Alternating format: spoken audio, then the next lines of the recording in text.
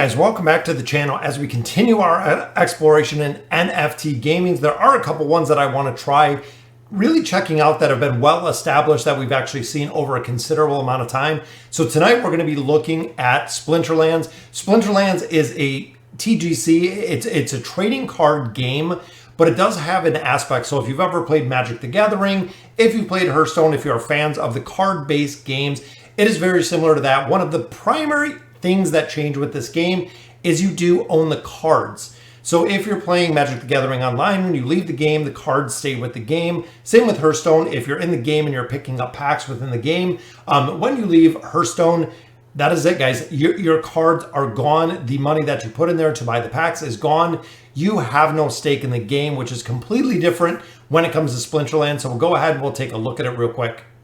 All right, so here we are looking at Splinterlands, guys. Again, card ownership. So this is really the big thing that a lot of players really need to focus on. New players are provided with a set of common and rare cards, which I'll show you in a minute, from the Untamed edition of the game to ensure you always have a means to play. So the only thing that you do have to spend in this game is $10 to get the Summoner's Book, but they are going to give you cards when it comes to the initial cards, the kind of starter deck that they give you in here, and you do own the cards. So once you put your initial your $10 investment in there, you can actually collect the real cards. You can level up the real cards. You can get more cards. Ultimately, you earn these Dark Energy Crystal, which again, we'll look at in just a little bit. So the Dark Energy Crystal is the main currency from here. From every single battle that you win, you get Dark Energy Crystal, which you can in turn go ahead and swap them for more cards. So you can increase your collection just by playing. And again, the cards you own, the cards have value. That's really the big thing. Back in my day when I played Magic the Gathering, we had the physical cards. The cards had value. The physical cards themselves had value, which is what they bring to Splinterlands. So looking at play now, so this is the battle. So you have a couple different options: ranked, challenge, and then of course the how to play, kind of a breakdown.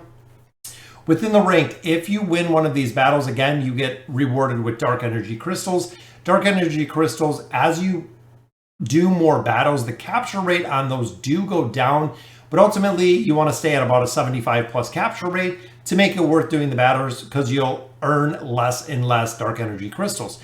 But once you collect up some Dark Energy Crystals, which I have out of quests over the last couple weeks, we actually just got into Bronze 2, which will give us 7 chests every 15 days, because the season in this game is 15 days, so it is very fast-paced. I guess it does go by pretty quick. Some seasons in games are 15 or 30 days, 45 days, but the season here is 15, so you do get 7 chests every 15 days, unless you're higher. So out of here, guys, we picked up definitely some good loot, guys. We got a rare card here. We got an epic card here. Very cool. We got another rare card, and then of course 2 common cards. So looking here, we picked up 30 Dark Energy Crystal, which is good. We also picked up right there 5 cards. So we got some epic cards, some rare cards, and this is completely free because we didn't put anything in there to get to this rank. We've actually been collecting cards again over the last couple weeks. So we got these cards essentially for free, just based on the rank that we achieved, to go ahead and pick up our 7 chests here. So looking at the cards that I have, the little S up here is the starter cards. So those cards are the starter cards. So we have picked up a couple. We got an Etten. And again, we did put a couple credits in here to pick up somewhat of a little bit of a starter deck. But most of the cards I got out of those packs, just like you see in there. The rewards cards are out of the packs. So the rewards cards that we've gotten out of here, the Wavesmith, definitely one of the best cards that I've gotten out of here. The Axemaster was actually one of the first ones that I got, but we picked up the Shield Assassin. We picked up a couple cards with a little bit that we put in, but there's our Dijon. So you can take this card, and this is where, again, the ownership of the card is really cool. So it's an epic life monster. We can send the card, so we could actually send this card to someone else. We can list it for sale, or we can rent it. You guys seen I just opened those 7 chests. Out of those 7 chests, we did get a copy of this monster. We can delegate the cards, giving them to someone else. We can lock them or convert them to Dark Energy Crystal, which is worth 100. So the one card I just got right here, which is an Epic Life Monster, is worth $2.63. That is right, guys. Just doing the season rewards, I got $2.63 for this card. But the big thing is, if I don't want to sell it, I can actually rent the card. So depending on the rental, what the card is worth, I can rent the card out to other players, producing a daily income. So once you start getting further into Dark Energy Crystals, you start getting more cards, you can actually take your cards out, you can rent the cards to other players, and they will give you more Dark Energy Crystal every single day if the card is rented out. So you can not only get this Dark Energy Crystal when you're stockpiling it by winning battles, but you can also get a daily income with the Dark Energy Crystals from the cards that you rented out alone. So it's very cool, a multitude of ways to kind of get some of the, to earn something in this game. Again, the only thing you have to put in here is the initial $10. So when it comes to the marketplace, guys, you can see the cards are ranged from 14 cents, even looking at the higher cards, up to, that's right, $50,000 for Prince Julian. But look at that, 28K. So if you were lucky enough to open these packs and get these cards out of here, they can be worth a significant amount of money. And then, of course, the rarer the edition is, so the Alpha Edition was the very first one. As you can see, some of the cards in here are significantly more expensive, just for the fact these are the first cards. They do look pretty basic. They look a little bit different. And then through time, the designs have just gotten better and better and better and better. With the graphics, the cards, the design, they look very cool. Overall, I'm pretty impressed with them. Again, it takes me back to the Magic the Gathering days.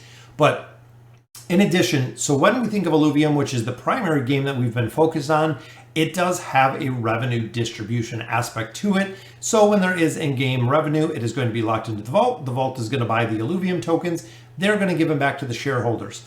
In this game, you actually get revenue distribution in a little bit of a different way, which is right here in these SBS shards. So every single day, depending on what you own in the game. So if you have your collection, which are the cards that you have, the Dark Energy Crystals, the liquidity pools, card packs, land plots, champion points, the Splinter tokens, skins, totems, titles, everything in here gives you points. Your points accumulate to daily airdrops. That is right, guys. Every single day, they give you daily airdrops. Again, I haven't been playing this game for very long, but I can come in here and I can actually claim my rewards for free. Doesn't cost me gas fees, which is awesome.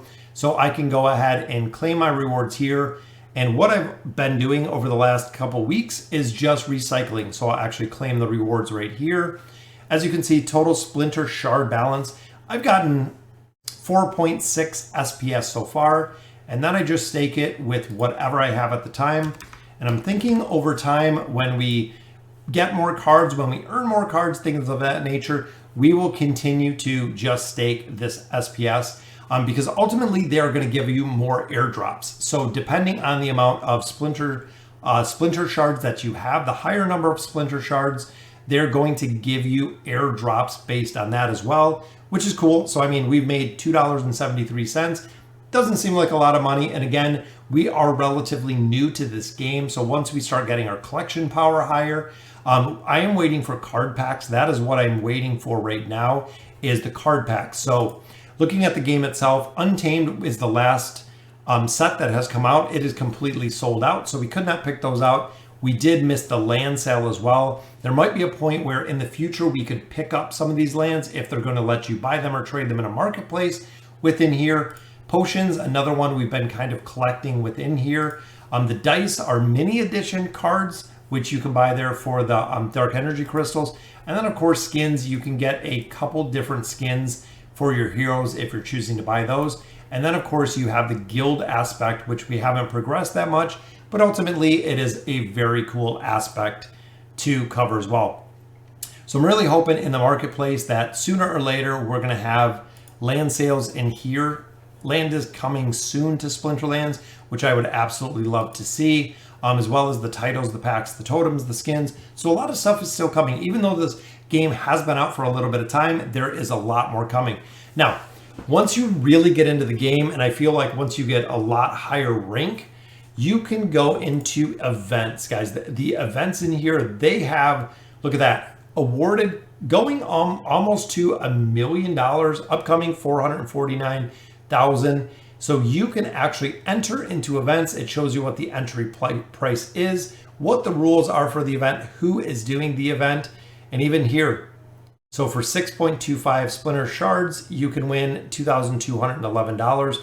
Very cool tournament aspect of this. And I want to get into these. I know I'm gonna have to definitely level up a considerable amount more because there are pretty much events going on nonstop, as you can see, just events after events, day after day, which would be very cool to get into with the upcoming promotions and everything that's coming. I feel like once the next big card packs drop, so once we get into the card packs right here into the Chaos Legion, as you can see, I got some credits up here to buy the packs of the Chaos Legion, which is what we're waiting for to pick up a considerable amount of cards out of there so we can continue to make progression in this game, guys. Again, it's very cool. Back when I was young, I played Magic the Gathering. We had the alpha and beta cards, the old school physical cards that you had. So it's very cool to see a game with a very similar aspect. We'll go ahead and we'll do one battle here. So just like a lot of games, you actually pick kind of your commander. So it shows the rules that we have, the mana we can use, the elements we can use. So we will create our team. Here is our summoners. So these are the heroes that are going to summon. I actually picked up Mylor, watched a lot of videos about this game. They said Mylor, definitely the one to pick up. Now in here, this Unicorn Mustang, I love. Child of the Forest, I love as well. Very cool. We can bring up a healer with the Wood Nymph, a Goblin Thief. Now looking at our mana in our top left, we have another 5 to build out here. We have 2 more slots, so we can do a 3 and we can do a 2, which works pretty well. The Earth Elemental I will actually put in the bottom, and then probably the Goblin Thief or probably the Princess right there, Goblin Thief. So the order of the priority does matter, which again, looking at the skills and ability of heroes, they have sneak abilities, reach abilities, healing abilities, magic reflect, retaliation. There is a ton of abilities when it comes to these heroes. As you can see, they give us 3 minutes to make our match here. So we're gonna go ahead and battle. And this is an auto battler. So again, this is similar to what Illuvium is going to be. Not in the term of graphics, but it is going to be an auto battler. You put your team in there, the game does the rest. So you'll see once we are accepted that we'll go into combat. It'll line up the cards exactly how we line them up here. And then it will auto battle through the PvP based on the speed of the cards and also what my opponent has. Now the summoners do bring a different aspect. Every single summoner has a different ability, and they also have a different mana cost when it comes to summoning that summoner, which again, I'm really starting to get involved with the game and seeing the different builds, the different summoners, the different factions that you have to play depending on the quest, making sure you have the cards that you need. So I am just super excited for my opportunity to buy some packs that are coming up within the Chaos Legion and picking up a couple cards, hopefully some gold cards, some higher valued cards with the packs that we're going to purchase out of here. And usually it doesn't take this long for the opponent, but if you're newer to Splinterlands, it can take a little bit just because players are going through the cards, they're picking out their summoner, they're picking out the combination they want to use to try to battle my team that we have here. This team, again, with Mylor in this very top, he is a very, very strong summoner. He is a little bit on the expensive side. We did save quite a bit to pick him up, but we finally have him, and he does the Thorns ability on my entire team. So if I take melee damage, it actually does a 2 damage back to them. So here's the battle, guys. So his summoner is going to be the -1 on our attack rating. So lining up our team here, and we are ready to rumble. So he'll go ahead and throw his debuffs up. I'll throw my debuffs up. So we minus some of the damage that we did there. And this is the attack. Like I said, it's an auto battler. It is very cool to see. Took out one of my targets really early there. And even looking here, took out another one. We're going to lose this one, guys. But remember, with that Thorns ability, it is very strong. So a lot of times it's kind of difficult to kill, especially with the rest of these heroes we have here. And I think this is going to be a defeat because this one is going to be really hard to get through just because of the heal ability. Hunted Spirit has its own heal ability in the bottom, as you can see, but we do damage every time they hit us. So since they went with a fully ranged team, we weren't able to use that Thorns ability effectively because of the damage that they did in there. So we're just going to get burned down here. And that'll be the final hit, guys. Unfortunately, it's going to be a defeat for this one, but you can kind of see how the gameplay goes. In the dark energy crystals that you do win out of here. Again, every single win gives you dark energy crystals. I had 0 a day or two ago. I'm up to 153 now. So every win does give you, and you'll see, there we go. So there is the dark energy crystals, guys. It has a different multiplication factor depending what you have. Win streaks, gold cards, alpha, promo, guild. You can get a lot of bonuses in there when you're fighting enemies. I want to see if we can do one more. That way I can hopefully win one. And again, I'm really getting used to the teams in here, and it does take a little bit of time. It does take a little bit of time to get through here, which I'm thinking, because that's going to heal our main healer. And I'm hoping we don't have any 1 cards. We don't have any 0 cards. I'm going to have to buy some of those pretty soon. But we'll try this one. If we lose this one, we'll be done. I want to see if we can win one, though. And you can actually auto-battle it when you go through here, which I'll show you in just a minute. When you rumble, you can just do show results, and it'll skip through the battle really quick. So if you win or lose, or if you want to go through a lot of battles really quick, you actually can. So here, -1 to range, I don't think that's going to have much of an effect on us, which we have no range. That's going to get a minus range. But we do have a couple heroes that are going to take thorns. So you can rumble, even skip to results if we just want to skip the battle. We took him out, so we won. And I'll show you the dark energy crystals based on rank that I get out of here. There we go, 3.315 dark energy crystals. So not too bad. From a single one, we don't have a win streak in there. We don't have gold cards, alpha. We have a 1% bonus from the guild. But I got 3 dark energy crystals out of there, which just continue to build to the stack of dark energy crystals that we have up here. So all right, guys, so that will do it for Splinterlands. Very cool game to check it out. Again, if you are interested in a card game, it's really worth checking out. I think they just said they hit their 1 millionth subscriber. So over 1 million people have bought the initial deck and are playing Splinterlands. So it does have a significant amount of followers. You can hit them up on Discord. You can check out all of the different avenues on social media that they have, but it is a very cool game.